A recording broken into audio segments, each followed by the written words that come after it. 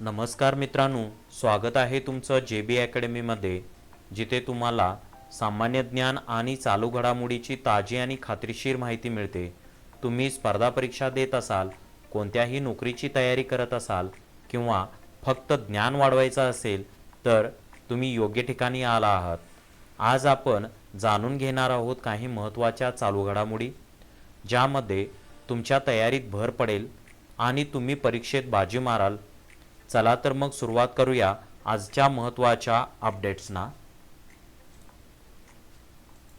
पहिला प्रश्न, महाराष्ट्रातील कोणता जिल्हा प्रशासनात AI म्हणजे कृत्रिम बुद्धिमत्ता वापरणारा पहिला जिल्हा ठरला आहे?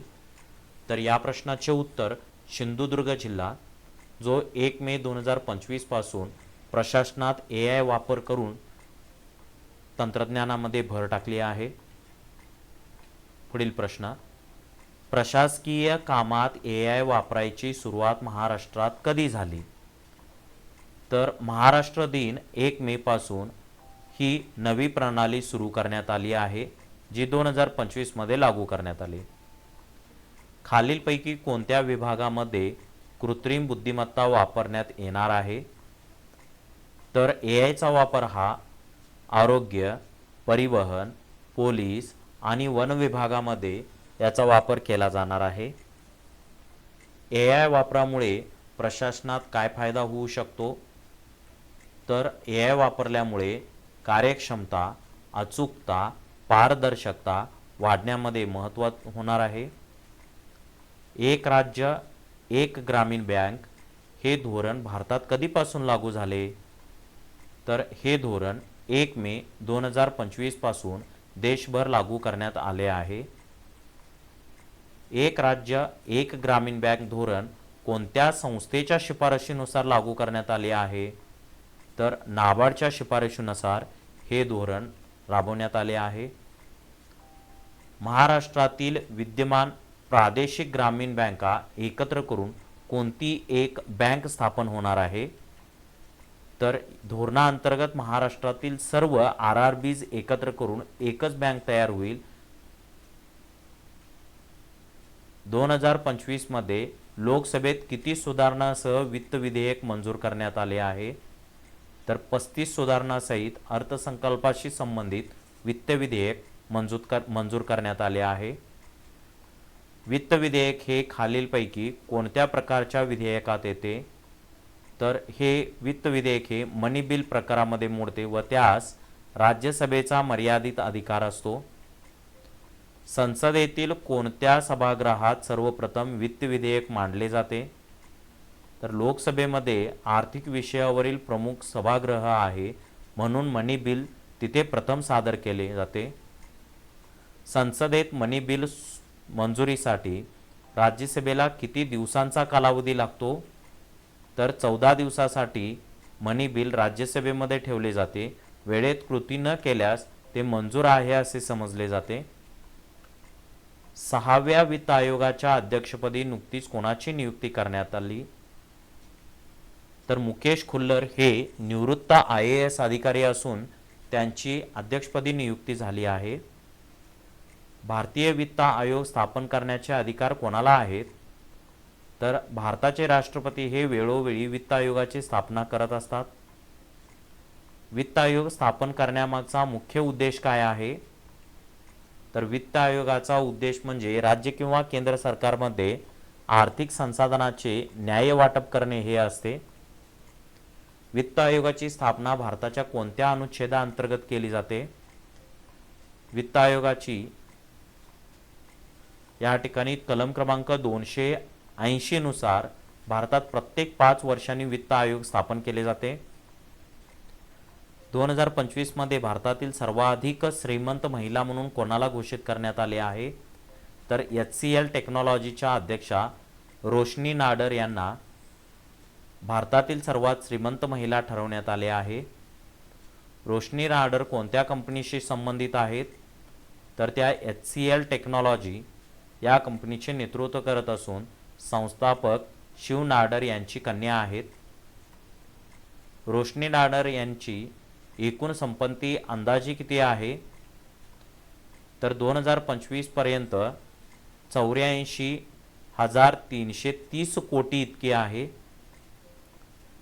खालीलपैकी कोणती संस्था किंवा अहवाल भारतातील श्रीमंत व्यक्तीची यादी प्रसिद्ध करते? हुरून इंडिया रिच लिस्ट ही संस्था दरवर्षी श्रीमंत व्यक्तींची यादी जाहीर करते. 2024-25 मध्ये जातनिहाय जनगणना राबवणारे पहिले राज्य कोणते आहे? बिहार हे जातनिहाय जनगणना करणारे पहिले राज्य ठरले आहे. जातनिहाय जनगणनेचा मुख्य उद्देश काय आहे? यामागचा उद्देश म्हणजे विविध जातीनिहाय लोकसंख्येचा डेटा गोळा करून योजनांची आखणी करणे हे आहे. जातीनिहाय जनगणना ही कोणत्या वर्षी भारतात शेवटची अधिकृतपणे करण्यात आली आहे? 1931 मध्ये भारतात शेवटची अधिकृत जातनिहाय जनगणना झाली होती. खालीलपैकी कोणता 2025 मध्ये पद्म विभूषण पुरस्कार मरणोत्तर प्रदान करण्यात आला आहे? एम.टी. वासुदेवन नायर हे प्रसिद्ध लेखक आहेत. यांना 2025 मध्ये मरणोत्तर पद्मविभूषण पुरस्काराने सन्मानित करण्यात आले आहे. 2025 मध्ये पद्मभूषण पुरस्कार प्राप्त करणाऱ्या खालीलपैकी कोणत्या व्यक्तीचा संबंध चित्रपट सृष्टीशी आहे? तर अजित कुमार हे तमिळ चित्रपट सृष्टीतील प्रसिद्ध अभिनेते. त्यांना 2025 मध्ये पद्मभूषण पुरस्काराने सन्मानित करण्यात आले. 2025 मध्ये पद्मश्री पुरस्कार प्राप्त करणाऱ्या खालीलपैकी कोणत्या व्यक्तीचा संबंध क्रिकेटशी आहे? तर रविचंद्रन अश्विन हे भारतीय क्रिकेटपटू 2025 मध्ये पद्मश्री पुरस्काराने सन्मानित करण्यात आले.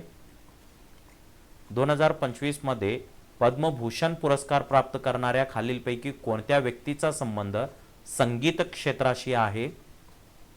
तर पंकज उधास हे प्रसिद्ध गझल गायक 2025 मध्ये मरणोत्तर पद्मभूषण पुरस्काराने सन्मानित करण्यात आले. 2025 मध्ये पद्मविभूषण पुरस्कार प्राप्त करणाऱ्या खालीलपैकी कोणत्या व्यक्तीचा संबंध न्यायव्यवस्थेशी आहे? तर न्यायमूर्ती निवृत्त आहे जगदीश सिंग खेहर 2025 मध्ये पद्मविभूषण पुरस्काराने सन्मानित करण्यात आले. ते भारताचे माजी सरन्यायाधीश होते. 2025 मध्ये एकूण किती पद्म पुरस्कार प्रदान करण्यात आले? तर 139 पद्म पुरस्कार प्रदान करण्यात आले आहेत. खालीलपैकी कोणत्या पुरस्कारासाठी 2025 मध्ये सर्वाधिक व्यक्तींना सन्मानित करण्यात आले आहे? तर 113 व्यक्तींना पद्मश्री पुरस्कार प्रदान करण्यात आला, जो सर्वाधिक आहे. 2025 मध्ये महाराष्ट्रातील किती व्यक्तींना पद्म पुरस्कार प्राप्त झाला? महाराष्ट्रातील 14 व्यक्तींना पद्म पुरस्कार प्राप्त करण्यात आले आहे. खालीलपैकी कोणत्या महाराष्ट्रातील व्यक्तीस 2025 मध्ये पद्मभूषण पुरस्कार मरणोत्तर प्रदान करण्यात आला?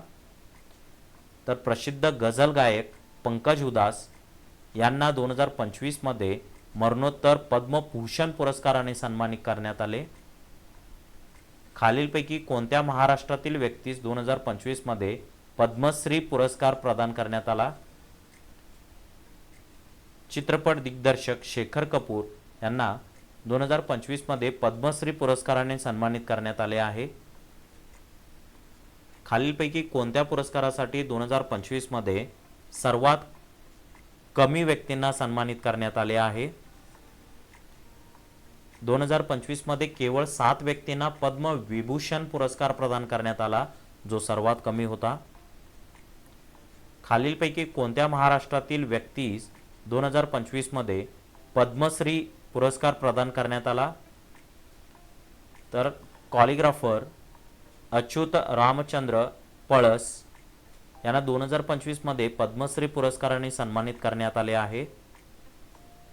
खालीलपैकी कोणत्या महाराष्ट्रातील व्यक्तीस 2025 मध्ये पद्मश्री पुरस्कार प्रदान करण्यात आला? व्यवसाय क्षेत्रातील अरुंधती भट्टाचार्य यांना 2025 मध्ये पद्मश्री पुरस्काराने सन्मानित करण्यात आले. 2025 मध्ये पद्म पुरस्कार प्राप्त करणाऱ्या महाराष्ट्रातील व्यक्तींची संख्या किती?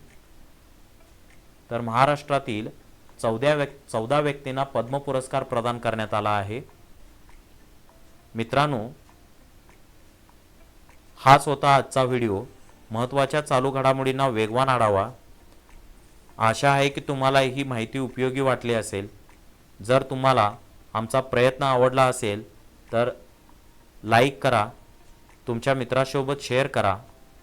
अशाच आणखी महत्त्वाच्या अपडेटसाठी सबस्क्राईब करून बेल आयकॉन दाबा, जेणेकरून आमचे नवीन व्हिडिओ तुमच्यापर्यंत पोहोचतील. तुमचा एक छोटासा प्रतिसाद आम्हाला मोठी प्रेरणा देतो.